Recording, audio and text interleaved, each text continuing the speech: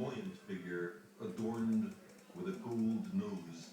The original had been lost in a student duel fought over who is the superior mathematician, and he maintained a circus-like entourage of assistants, distant relatives, and assorted hangers-on.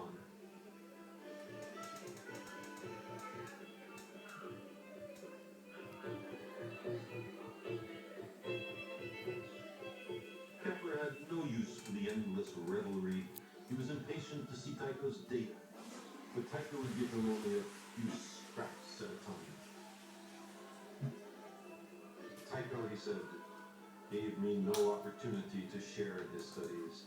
He would only, in the course of a meal, and in between other matters, mention, as if in passing, today the figure of the apogee of one planet, tomorrow the nodes of another.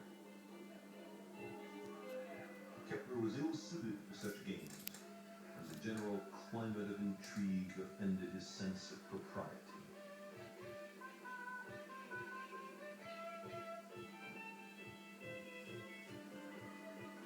Their cruel mockery of the pious and scholarly Kepler depressed and saddened him. My opinion of Tycho is this.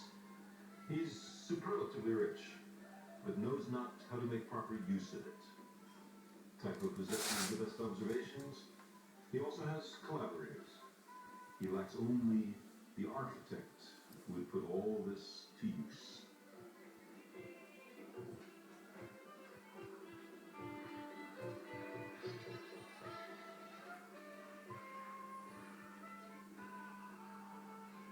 Tycho was unable to turn his observations into a coherent theory of the solar system.